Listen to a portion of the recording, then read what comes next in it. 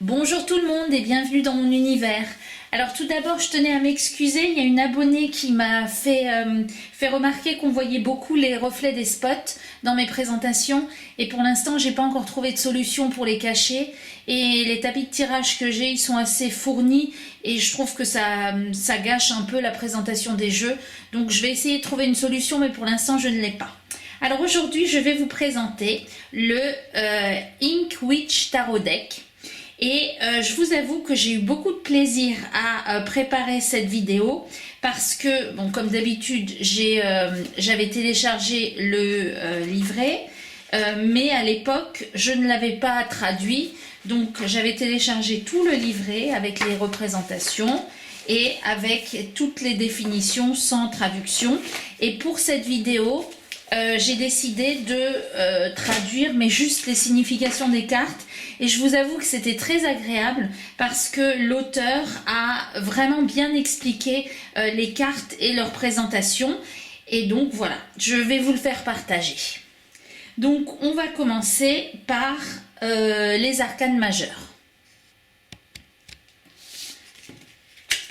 Alors voilà, il se présente dans une petite boîte.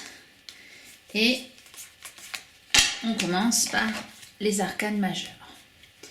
Donc là, on a le fou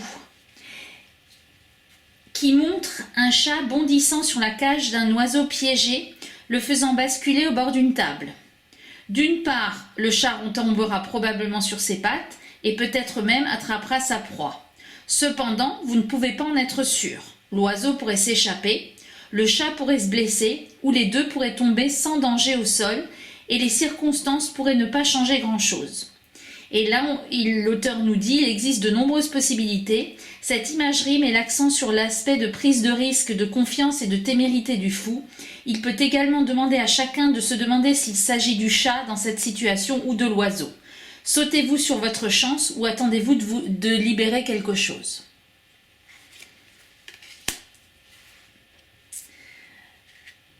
Dans presque tous les jeux, le magicien est représenté par une baguette, une coupe, une épée et un pentacle, les symboles des 4 couleurs des arcanes mineures. Ce sont les outils du magicien. Ils sont bien équipés. Dans cette carte, les 4 symboles sont à peine visibles derrière le magicien. Donc là, on a l'épée, on a le bâton, on a la coupe et on a le pentacle. Donc les 4 symboles sont à peine visibles derrière le magicien qui porte également une clé dans son bec pour représenter l'état de préparation du magicien. Il est prêt à tout. L'auteur a choisi un hibou comme magicien pour sa sagesse, mais aussi pour les endroits où les hiboux apparaissent dans les mythes et légendes. Les hiboux sont le symbole d'Athéna. Dans la mythologie grecque, alors que Thésée est en route vers la Crète pour y tuer le Minotaure, Athéna apparaît à Ariane sous la forme d'une chouette. Elle lui fait savoir qu'elle attend Thésée et qu'elle est prête à l'aider. Quand Thésée arrive, Ariane lui a déjà préparé des outils, le fil qu'il utilisera pour se frayer un chemin à travers le labyrinthe et l'épée qu'il utilisera pour y tuer le Minotaure. Ce n'est que grâce à l'avertissement d'Athéna et Ariane et à l'ingéniosité de la princesse que Thésée parvient à sauver son peuple du Minotaure. Les hiboux sont aussi parfois associés au sorcier Merlin, dont l'un des familiers est parfois représenté comme un hibou. Tout comme Athéna et Ariane le sont pour Thésée, Merlin est un magicien pour le roi Arthur et est toujours préparé avec les connaissances et les outils dont Arthur et sa cour auront besoin dans leur quête. La clé est un symbole attribué aux enseignants ou à l'idée d'apprendre. Dans ce contexte, cela représente également la capacité d'ouvrir les portes sans lutte. Donc c'est ce que je vous disais, que l'auteur a été vraiment prolixe dans ses explications et il nous explique vraiment clairement toutes les cartes. Et j'ai eu beaucoup de plaisir à préparer cette vidéo. Donc, dans l'illustration traditionnelle du Rider-Waite, la grande prêtresse est assise sur un trône entre des piliers noirs et blancs. Leurs couleurs contrastées représentent la dualité. La lumière et l'obscurité, le masculin, le féminin, le matériel, l'immatériel, la vie et la mort, et ainsi de suite. La grande prêtresse est en contact avec leur spiritualité et le monde métaphysique et est donc censée avoir la connaissance et la compréhension du monde qui l'entoure. Sur cette carte, l'aspect spirituel de la grande prêtresse est représenté par un fou d'échecs entre des pièces reines, noires et blanches à la place des piliers traditionnels. L'auteur a choisi les reines comme piliers de cette carte pour leur lien avec le féminin qui est souvent associé à la grande prêtresse. Une carte parfois appelée la papesse est associée à la figure mystérieuse de la papesse Jeanne. L'échiquier lui-même est un bon symbole de maîtrise habile de la prêtresse sur sa propre intuition et sur son pouvoir psychique. Non seulement ils connaissent le jeu, mais ils contrôlent le plateau parce qu'ils le comprennent parfaitement, tout comme ils comprennent l'univers. Donc on passe à l'impératrice. Cette carte représente une couronne tenue doucement mais fermement à deux mains. La couronne représente le pouvoir de la féminité et est placée sur un fond de champ de blé. Le blé, les récoltes sont souvent associées à l'impératrice, symbole de fertilité et de générosité. Le terrain est également un bon rappel de l'association de cette carte avec l'idée d'éducation. Un champ doit être entretenu pour qu'il produise une récolte abondante. La récolte elle-même nourrira à son tour ceux qui s'occupent des champs. Cela représente le travail nécessaire pour prendre soin et cultiver quelque chose, ainsi que la récompense, mais aussi la manière dont ces choses sont cycliques. Alors toutes les présentations ne sont pas aussi longues, parce que parfois il nous explique la mythologie, et parfois c'est beaucoup moins long. Bon, on poursuit. L'auteur voulait que les cartes d'empereur et impératrice aillent ensemble. Il a essayé de dessiner une couronne plus traditionnelle masculine pour cette carte, les lignes nettes et rigides de la couronne, comme celles des montagnes au-delà, donc là, représentent la structure et l'ordre puissant, contrairement à l'esthétique plus libre et plus légère de la carte de l'impératrice. Alors que l'impératrice incarne le féminin, l'empereur représente le masculin. On poursuit. Le vitrail de la carte du hiérophante fait allusion à son lien avec les croyances et la religion. Tandis que la paire de clés sur la fenêtre est un symbole de connaissance et d'apprentissage. Les clés mettent l'accent sur la capacité de la connaissance à ouvrir les portes et à éliminer les barrières. On a demandé à l'auteur si l'oiseau volant au-dessus de l'image représentait le Saint-Esprit, donc cet oiseau-là, mais pour lui, il est davantage un symbole de liberté. La carte entière montre de la pierre et du verre, des structures rigides contrairement à l'oiseau, qui nous rappellent de rester ouverts aux nouvelles choses, de rester flexibles et de mettre en valeur nos propres croyances plutôt que d'accepter simplement celles des autres.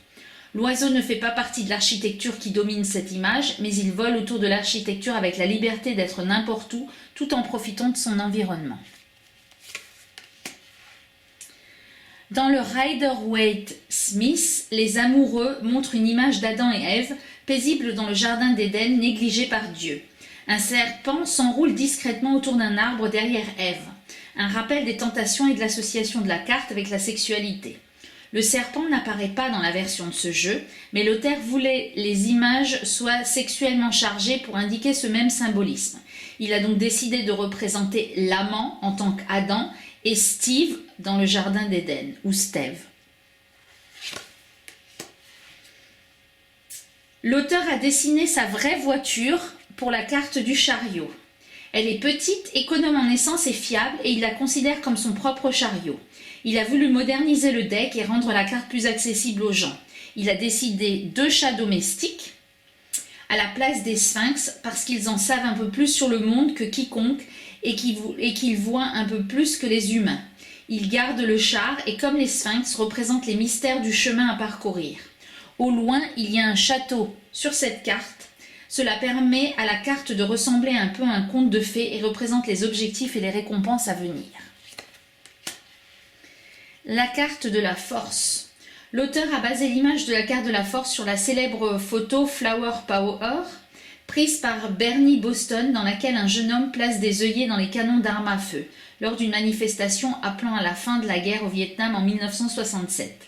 Il y a cette intrépidité calme chez l'homme, un sentiment de vulnérabilité très courageux, qui englobe si bien le sens de la force. C'est également l'une des cartes qui modernise le jeu Ink Witch. La carte de l'ermite est généralement représentée par un homme âgé et il tient souvent une lanterne ou une lumière quelconque pour représenter la perspicacité et l'éclairage qu'il tire de son isolement. Ici, l'auteur nous dit qu'il aime juste les Bernard l'ermite et qu'il voulait en dessiner un pour cette carte. Il est très intéressant de noter cependant que les bernards l'ermite ne sont pas des animaux solitaires, ils se rassemblent souvent en grands groupes, ce qui donne un élément intéressant à cette carte et à l'idée qu'on peut parfois être seul mais entouré d'autres. La carte roue de fortune s'appelait presque la roue du destin. Elle a toujours fait penser l'auteur aux jeux télévisés, ce qui a motivé les images choisies. Cette carte représente le rouet des destins grecs. Autour d'elle se trouvent les mains de 3 destins, également appelés les moirae. Cloto file le fil, Lachésis le mesure et Atropos le coupe. Donc Atropos, Lachésis et Cloto. L'auteur voulait que la roue apparaisse comme si elle tournait rapidement, comme tout dans la vie avance rapidement, avec seulement le destin pour la contrôler ou pour la guider. La justice. Pour la carte de la justice, l'auteur a opté pour une illustration vaguement inspirée du tableau d'Eugène Delacroix, La liberté guidant le peuple. Il voulait projeter une version moderne de la justice et de ses liens avec les groupes marginalisés, menant une foule un peu comme le fait la liberté dans le tableau de Delacroix. Cette image montre justice devant une manifestation qui peut représenter n'importe quelle protestation. C'est pourquoi il a laissé indistinctes les signalisations dans la foule derrière justice, bien que les impressions de lettres soient toujours là, parce qu'il avait à l'origine décoré les pancartes avec des remarques populaires, des marches des femmes, les marches pour l'égalité du mariage et les manifestations Black Lives Matter. Dans le jeu Inkwitch, le pendu représente le dieu Odin pendu à l'arbre du monde Yggdrasil. Bien que même les plus anciennes cartes du pendu soient parfois associées à l'histoire d'Odin. Dans la mythologie nordique, Odin s'est sacrifié en jetant un œil dans un puits appartenant au dieu Mimir, en s'empalant avec sa propre lance magique et en se pendant finalement à Yggdrasil pendant 9 jours et 9 nuits. Odin offre chaque aspect de lui-même en sacrifice, ce qui lui confère une connaissance et un pouvoir cosmique incroyables. Il obtient une nouvelle compréhension de la magie, de l'univers et des runes grâce à son acte et renaît. On parle donc de sacrifice et des récompenses qui en découlent. Cette carte de la mort porte une image de la déesse Perséphone qui devient reine des enfers après avoir mangé des graines de grenade à la cour d'Hadès. Ayant mangé la nourriture des enfers, elle est liée au royaume de la mort. Malgré cela, Perséphone continue d'être un symbole de vie. Elle est particulièrement associée au printemps et à l'idée de la fin de l'hiver pour laisser place à une nouvelle vie. Dans l'illustration de cette carte, vous remarquerez non seulement Perséphone et la grenade serrée dans ses mains, mais aussi les roses blanches qui fleurissent autour d'elle. Cette imagerie fait référence aux illustrations de Pamela Colman Smith dans le Rider-Waite-Smith traditionnel, dans lequel la figure de la mort porte une bannière avec le même symbole de fleurs. Cette carte est non seulement l'une des cartes visuellement les plus sombres du jeu en termes de conception artistique, mais aussi l'une des plus brillantes en raison de la grenade rouge frappante.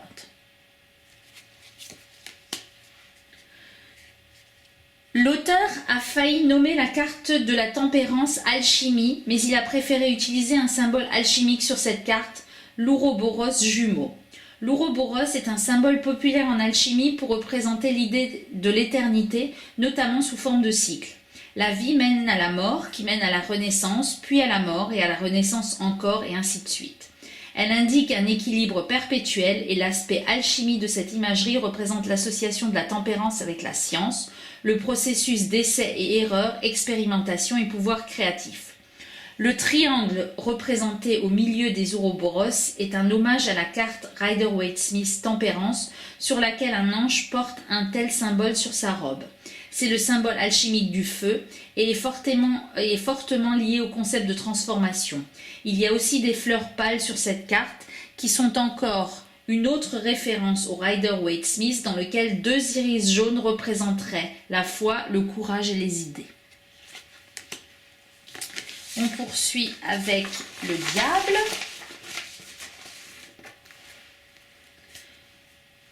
Tout comme la mort, le diable est une carte qui peut sembler intimidante à première vue. L'auteur a voulu donner à ses illustrations un sentiment un peu plus léger. Il voulait aussi rappeler la sensualité et la qualité lubrique de la carte des amoureux à un niveau supérieur, parce que comme vous pourrez le constater, ce sont les mêmes personnages que ceux des amoureux. Et de nombreux jeux de tarot établissent un lien entre ces deux cartes. Dans le Rider-Waite-Smith, Pamela Colman-Smith a placé ses personnages d'Adam et Ève au pied d'un trône massif qui est occupé par une grande figure diabolique ou démoniaque et reflète presque exactement la composition de sa carte des amoureux. Le Ink Witch Devil emboîte le pas. Sur cette carte, Adam et Steve ont inversé leur place et se sont rapprochés l'un de l'autre alors qu'un serpent se fraye un chemin à travers les arbres fruitiers qui les entourent.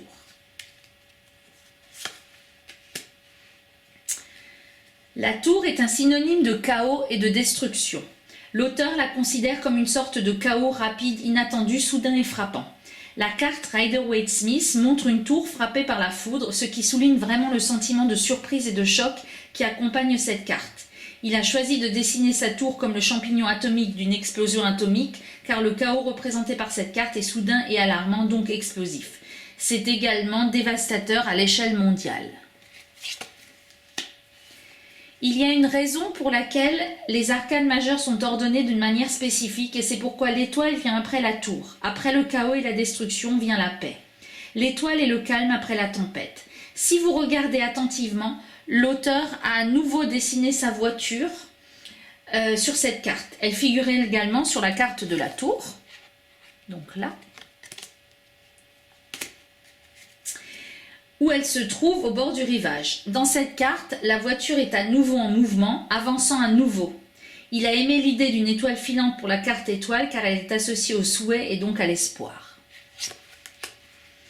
La carte de la lune, une signification que l'auteur projette souvent sur la carte de la lune, est l'idée de phase et de cycle. Ce n'est généralement pas une interprétation très accentuée de la carte qui concerne principalement l'inconscient, mais c'est une interprétation qu'il a toujours personnellement associée à la lune en tant que symbole.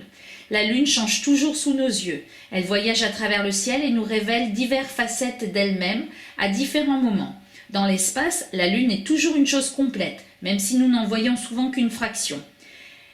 C'est cette réflexion qui l'a amené à illustrer la carte de la lune comme plusieurs phases de la lune se produisant tout en même temps dans le ciel.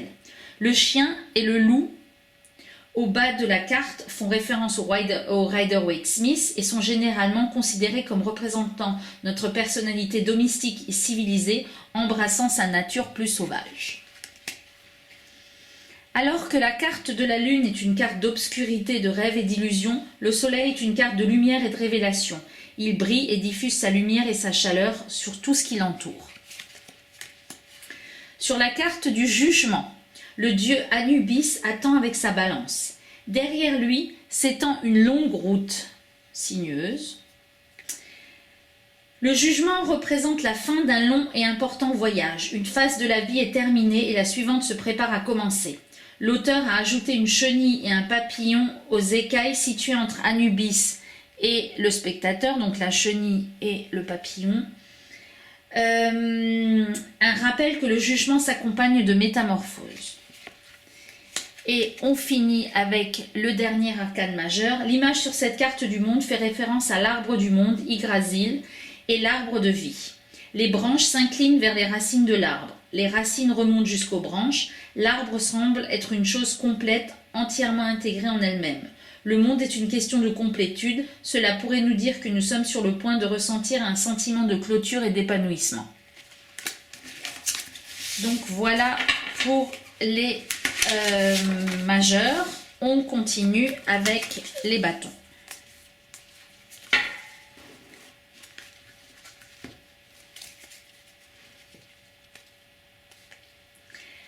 L'as de baguette est l'occasion de créer quelque chose de nouveau ou de faire de grands progrès vers un objectif.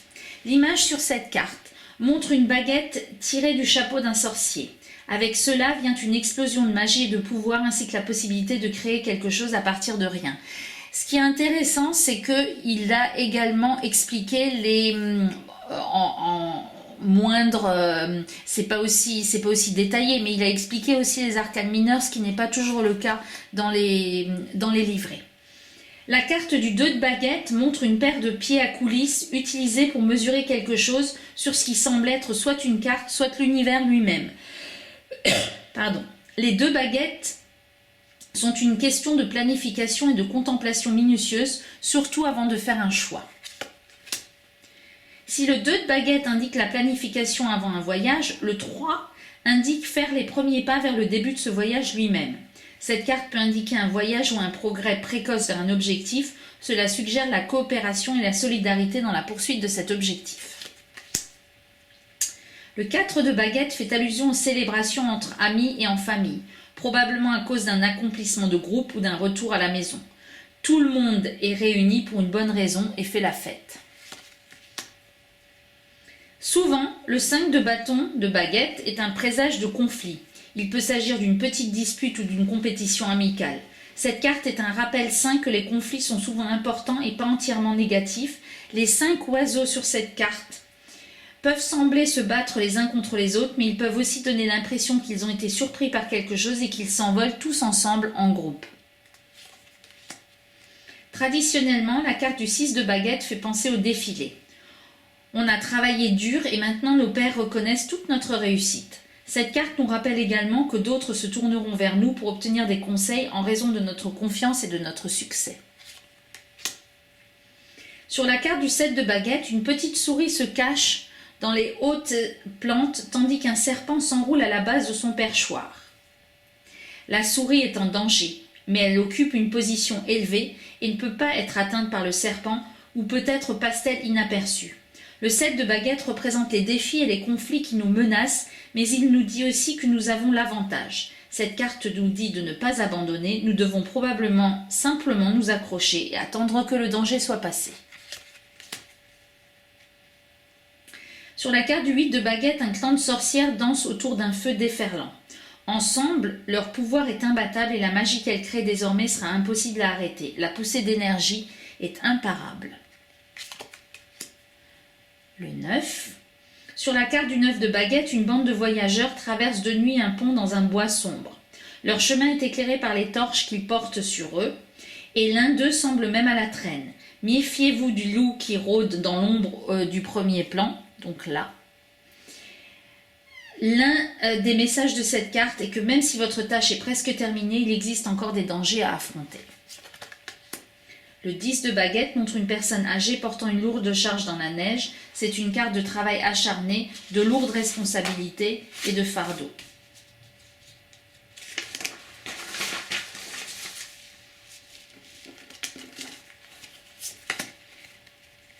Sur la carte du page de baguette, on voit un personnage qui évoque des animaux depuis un chapeau de magicien. Tant d'animaux sortent du chapeau qu'il est presque difficile d'imaginer que le page a un grand contrôle sur son propre pouvoir ou sur la destination des animaux. C'est la nature du page de baguette. Bien qu'il soit prêt pour l'aventure et inspiré pour créer, il lui manque encore une grande partie de finesse et de compétence qu'il recherche. Il est plein d'énergie mais apprend encore à utiliser cette énergie. Sur la carte du chevalier de baguette, on voit un personnage prendre un selfie plutôt torride dans un miroir, à l'aide de son téléphone avec un appareil photo. Le chevalier aux baguettes rayonne de confiance et d'énergie. Il est charismatique mais arrogant. La reine de baguette est confiante, tout comme le chevalier de sa cour, mais souvent beaucoup plus mature. Elle dégage une telle confiance que d'autres se ruent souvent vers elle, ce qui en fait un papillon influent et social. Cette carte nous encourage à nous mettre en valeur. Après tout, le personnage sur cette carte est la fée, marraine de Cendrillon. L'auteur a illustré le roi de baguette comme une créature ressemblant à un cerf et qui est littéralement l'incarnation physique de la combinaison baguette. Ses bois s'étendent à l'abri des regards en plusieurs baguettes individuelles et la couronne au-dessus de sa tête illumine son environnement. Au premier plan se trouve une salamandre sur une feuille, un clin d'œil au jeu Rider-Waite-Smith dans lequel les baguettes utilisent un motif de salamandre pour représenter la corrélation des baguettes avec l'élément feu. Voilà pour les bâtons. On continue avec les coupes. Alors, les coupes. Voilà.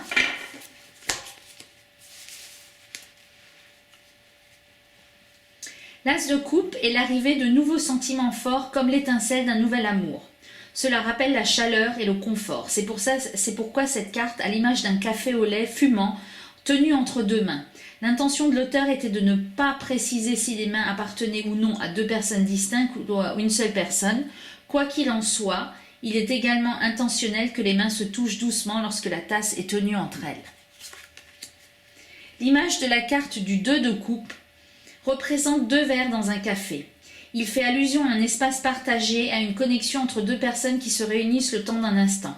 Cela peut vous rappeler un rendez-vous décontracté ou le fait de rejoindre un partenaire commercial pour une réunion autour d'un café.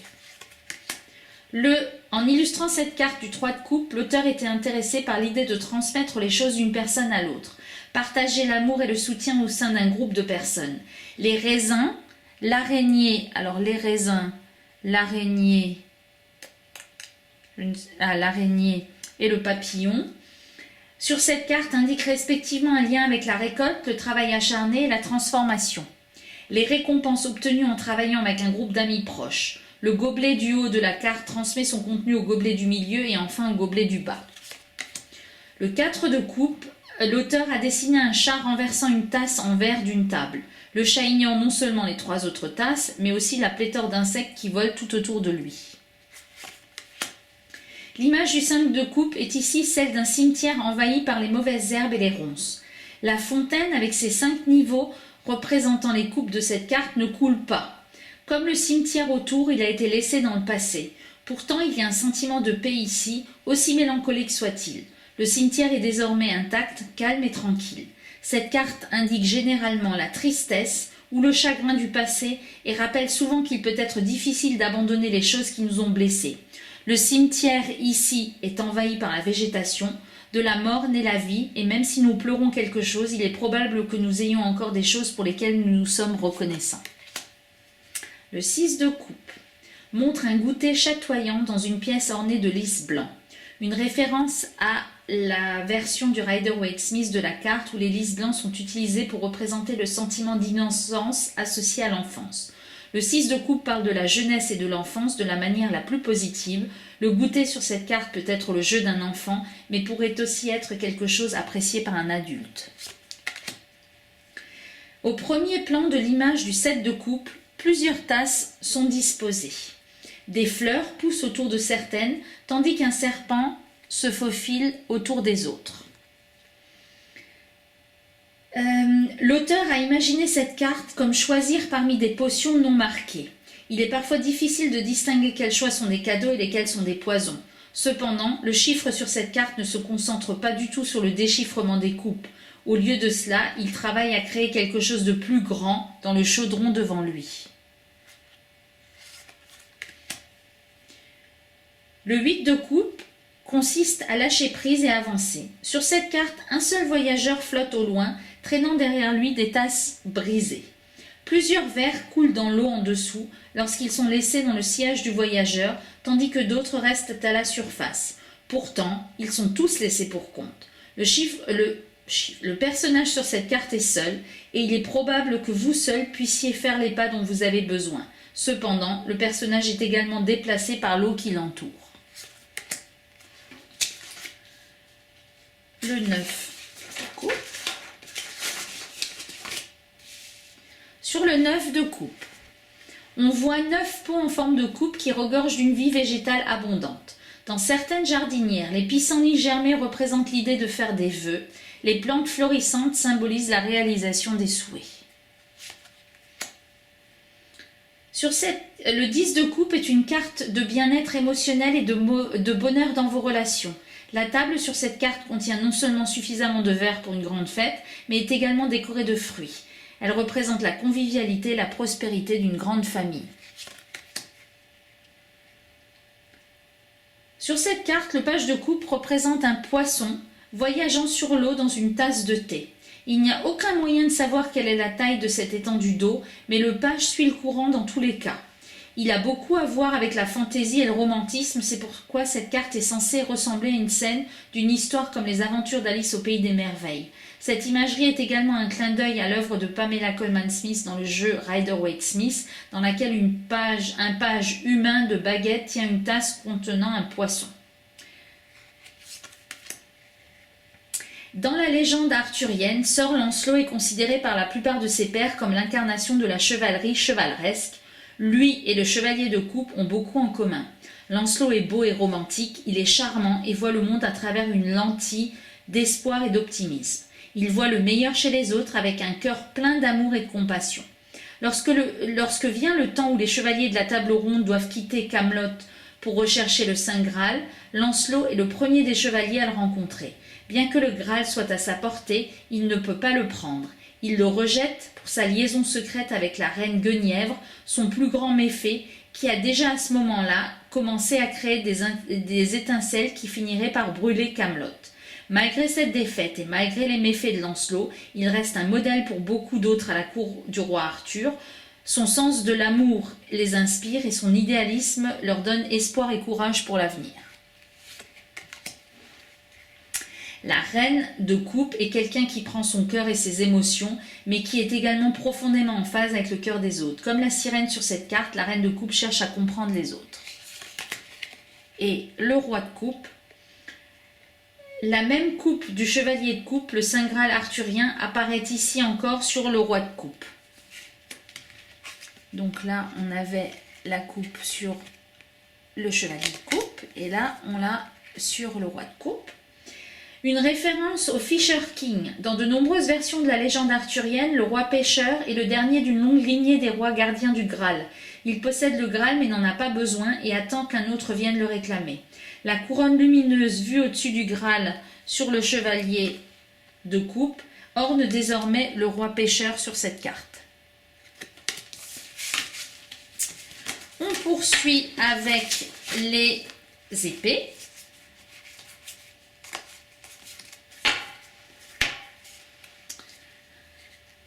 L'image sur cette carte de l'as d'épée fait allusion à la nature de l'as en tant que cadeau ou opportunité qui doit être saisie afin d'être utilisée. La dame du lac tient l'épée mystique Excalibur, tandis que le roi Arthur patauge dans l'eau pour la récupérer. Excalibur est l'un des plus grands outils d'Arthur dans la légende arthurienne. C'est l'épée dans la pierre qui proclame le droit d'Arthur à gouverner, mais c'est Excalibur de la Dame du Lac qui lui donne son véritable pouvoir et lui sert d'arme dans la bataille contre ses grands ennemis, Mordred et Morgana. Le 2 d'épée apparaît lorsque deux ou plusieurs options présentées dans une situation sont également en contradiction les unes avec les autres. Les deux licornes sur cette carte ne sont différentes que de très petites manières et même si elles semblent se battre, elles sont à égalité dans leur combat sans aucune indication de qui va gagner. Il y a également une lune sur cette carte, un symbole souvent associé à un pouvoir intuitif. Cela nous rappelle que lorsque tout le reste échoue, vous pouvez souvent compter sur votre intuition pour vous guider dans la bonne direction lorsque vous faites des choix difficiles. Le 3 d'épée est souvent associé à une douleur émotionnelle. Dans cette version de la carte, 3 narvals sortent de l'eau pour tenter de transpercer un oiseau solitaire en vol. L'auteur voulait que cette carte représente un effort actif pour causer de la douleur et détruire quelque chose de beau. Souvent, le chagrin, surtout lorsque le cœur est impliqué, proviennent des forces extérieures. Cette carte fait allusion à un sentiment de profonde blessure, probablement dû aux actions d'une autre personne. Cependant, le 3 d'épée peut également indiquer la douleur qui accompagne le sacrifice. Certaines variétés de cigales s'enfouissent sous terre pendant plusieurs années et ne passent que très peu de temps en surface.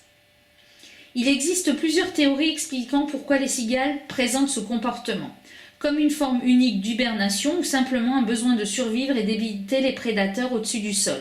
Quelle que soit la raison pour laquelle les cigales peuvent s'enfouir sous terre pendant de longues périodes, le motif ultime tourne autour de la sécurité et du bien-être des insectes.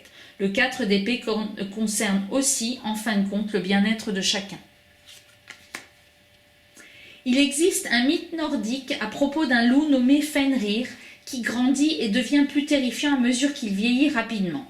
Finalement, il est prédit au dieu Odin que Fenrir le tuera un jour et dévorera le soleil. Au moment de la prophétie, Fenrir est un allié d'Odin et des autres dieux. Mais Odin devient tellement paranoïaque à l'idée que Fenrir finisse par le trahir qu'il trompe le loup pour qu'il se laisse lier et emprisonner dans une grotte. Se sentant désormais trahi, Fenrir jure de se libérer un jour et de se venger d'Odin. Sans la graine de peur semée en Odin qui l'a poussé à trahir la confiance de Fenrir, il aurait été possible que les deux soient restés alliés pour toujours. Le 5 d'épée est une carte de désaccord, les conflits et les disputes, mais plus important encore, cela nous rappelle où ces choses ont le potentiel de nous mener. Cette carte nous indique qu'un combat pourrait se préparer. Fenrir, donc sur cette carte, Fenrir est enchaîné par des chaînes retenues par 4 épées, tandis que les corbeaux d'Odin volent autour de lui.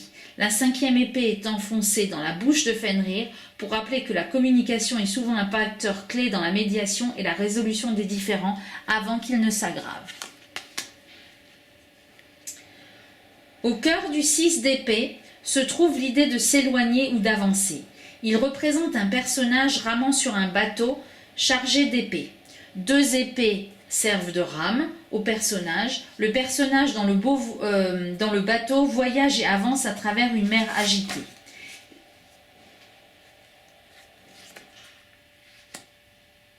Ah. Pardon. Les épées. Donc on en est encore au 7 d'épée. Les épées derrière lui peuvent indiquer que ses bagages sont également derrière lui, mais toujours présents. Cette carte est souvent représentée avec un adulte et un enfant. Le bébé, ici, tenu par le personnage alors qu'il rame sur son bateau sur la mer, est un autre symbole de regard tourné vers l'avenir. Donc voilà, on a le petit bébé là qui est là. Le 7 d'épée est une carte d'intérêt personnel et la volonté de tout faire pour atteindre ses propres objectifs. Sur cette carte, une épée est plongée dans une pointe. En contrebas, les 6 autres épées tombent impuissantes dans le ravin créé par la première. L'épée solitaire est élevée dans une position qui lui confère un pouvoir sur les 6 autres et l'image évoque la nature de cette carte comme un message selon lequel quelqu'un pourrait être prêt à sacrifier les autres pour son propre bien-être. Je crois que j'ai oublié de vous préciser que toutes les images étaient faites à l'encre et c'est pour ça qu'il n'y a pas beaucoup de couleurs. Sur cette carte du 8 d'épée, un tour de magie boîte à épée est réalisé sur scène. Une boîte contenant un magicien est empalée par 8 épées tranchantes. Mais le truc n'est qu'une illusion. Le magicien, s'il est réellement dans la boîte, est indemne. Cette carte suggère que peut-être restons-nous nous-mêmes dans un piège autoconstruit pour le spectacle. L'image du 9 d'épée suspendu sur cette carte fait référence à l'histoire de l'épée de Damoclès dans laquelle un courtisan nommé Damoclès agit brièvement en remplacement de son roi Dénis. Croyant que Damoclès aspire simplement au luxe et à la fortune d'être roi, Dénis suspend une épée au-dessus du trône par un seul brin de crin de cheval, pointé vers le trône dans une représentation symbolique de la pression mortelle et du danger auquel on doit faire face en tant que roi. Damoclès passe alors sa journée en tant que roi à remplir les devoirs de Dénis depuis le trône, sous la menace constante de l'épée, que l'épée ne s'abatte sur lui. Cette histoire, comme le 9 d'épée, fait allusion à un sentiment intense d'anxiété et de stress écrasant. Le 10 d'épée est une carte souvent associée au fait d'être au plus bas. Le papillon épinglé sur cette carte n'est pas retenu par le petit nombre d'épingles que l'on trouve habituellement sur un insecte épinglé. Il n'est pas non plus épinglé dans une position soignée. Au lieu de cela, il a été poignardé au hasard bien trop de fois. C'est une carte qui parle presque plus d'être retenue que de souffrir. Le page d'épée est calqué sur le tableau The Accolade d'Edmund Blair Layton. Il montre un jeune homme reconnu par un noble et le couple a souvent été comparé au jeune sire Lancelot et la reine Guenièvre. La scène témoigne d'un moment de romantisme et évoque presque la naïveté du couple.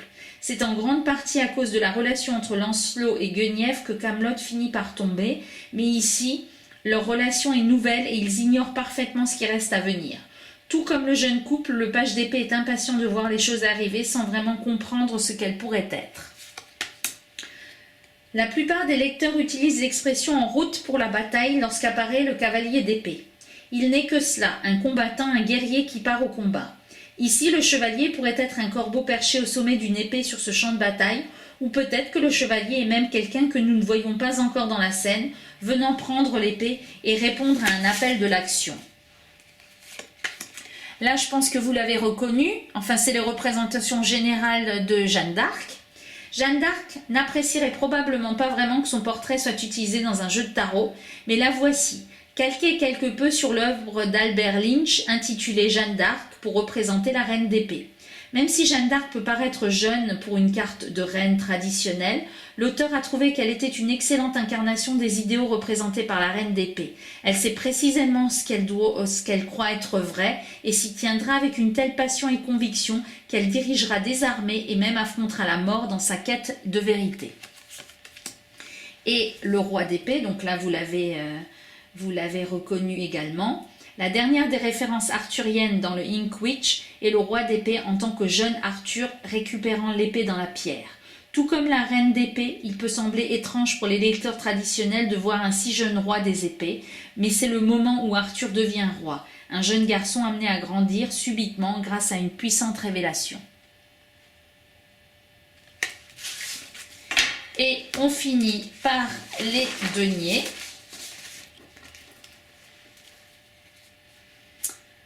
Sur cette carte d'As de Pentacle, une main vêtue de bijoux étincelants plante une pièce de monnaie telle une graine dans un jardin de pousses également scintillant. Des projets pourraient enfin se concrétiser ou de nouveaux projets pourraient s'enraciner solidement.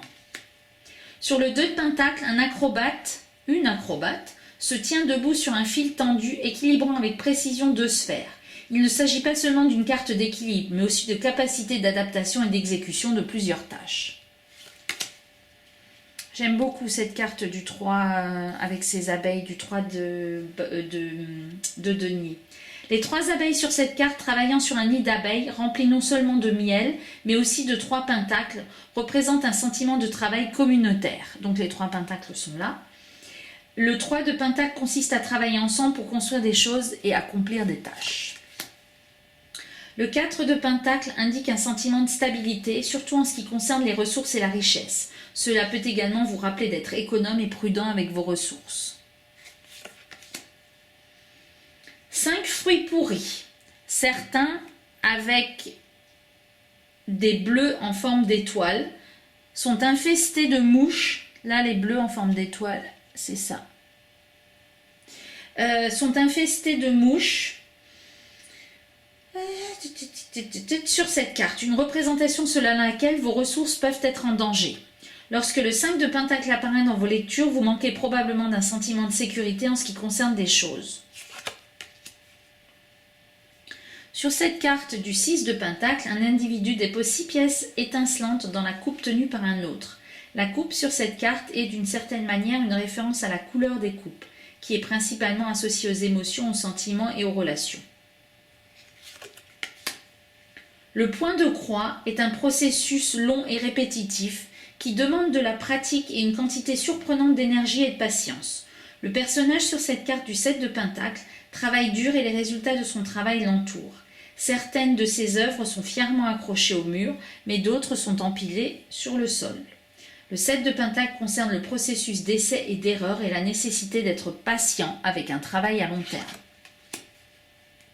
Au cœur du 8 de pentacle se trouve l'idée selon laquelle si vous travaillez dur sur quelque chose que vous trouvez épanouissant, vous finirez par en devenir le maître. L'une des idées principales représentées par cette carte est l'idée selon laquelle la pratique rend parfait.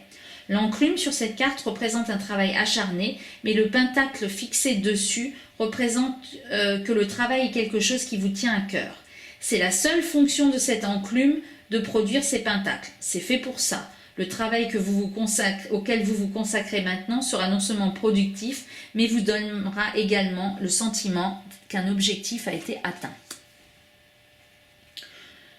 Au premier plan de cette carte du 9 de pentacle, une petite ferme entoure un grand château. La maison où vivait autrefois le fermier est vide et les lumières sont éteintes, contrairement à celles des tours du château. Le fermier est parti. Après avoir travaillé dur dans le champ et construit son château, il y réside désormais dans une vie où il ne peut que profiter des fruits de son travail. Le 9 de pentacle est un travail acharné qui porte ses fruits. Il existe une déesse nordique, nommée Idun, qui est chargée de s'occuper du verger des pommes magiques qui lui confère ainsi qu'aux autres dieux le don de l'immortalité. Sur cette carte, Idun cueille ses fruits sur un arbre et les partage avec ses pères et sa famille. Le 10 de Pentacle est avant tout une carte d'héritage. Un mythe particulier impliquant la déesse Idun tourne autour d'un cas dans lequel elle est kidnappée par un géant en forme d'aigle. L'enlèvement d'Idun fait partie d'un complot appartenant au filou Loki, qui promet à Idun d'être l'épouse du géant afin que les autres dieux puissent être temporairement privés du fruit d'Idun et ainsi privés de leur immortalité. Vous remarquerez un tel aigle très loin sur la carte, volant vers Idun alors qu'elle récolte le fruit magique. La tirelire sur cette carte témoigne de la nature du page de Pentacle qui est peut-être un peu enfantine, mais qui apprend à épargner, à investir et à être pratique. Le Maneki Neko, également appelé Lucky Cat, comme celui sur cette carte du chevalier de Pentacle, est souvent considéré comme un talisman de bonne fortune. Placé dans un magasin, il est censé attirer des affaires et de l'argent. Dans un bureau ou un lieu d'étude, il apporte des résultats et des réussites positifs. Alors que la tirelire du page de Pentacle est un bon endroit pour épargner son argent, le Maneki Neko y attire de l'argent. Le chevalier des Pentacles comprend déjà les bases pour travailler dur, étudier et faire avancer les choses. Cette carte de la reine de Pentacle apparaît lorsqu'il est temps pour vous de prendre soin de vous. La reine de Pentacle est ingénieuse et a bâti ses fondations en prenant soin d'elle-même et des autres. Et on finit par cette carte du roi de Pentacle. Tout comme la reine de Pentacle, le roi de Pentacle a établi une base solide pour lui-même, notamment en ce qui concerne les questions de finances, de ressources et de sécurité. Il est un excellent enseignant et leader pour ceux qui souhaitent également établir le même sentiment de sécurité. Cette carte représente également la discipline et l'ambition. Voilà, j'espère que cette petite présentation vous aura plu. N'hésitez pas à me faire vos retours en commentaire et je vous dis à bientôt.